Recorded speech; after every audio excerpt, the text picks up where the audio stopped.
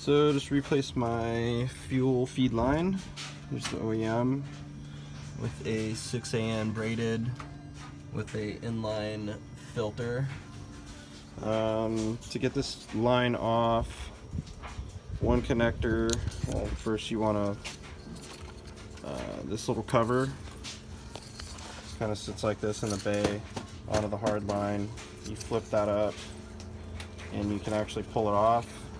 And then this clip, you take this little red tab and you just basically push it out until it will pop out.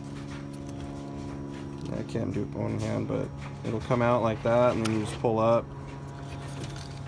Then on this end is just this kind of red tab here. So you take and put a screwdriver in the back. It's in the closed position or locked position, and you just pry it up and it'll pull up. Then you just pop it off. As far as this line goes, this is a quick connect, 5/16 to a straight fitting and fitting native 6AN.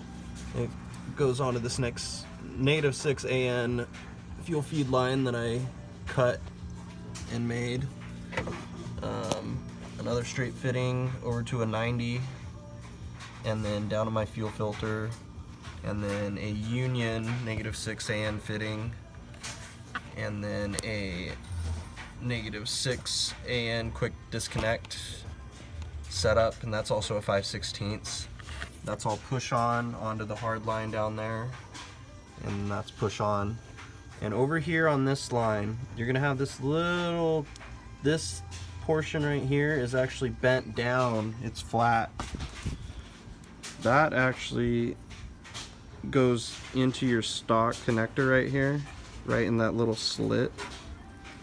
So what you need to do to make this quick disconnect, this aftermarket work, is you bend that tab up or you cut it off.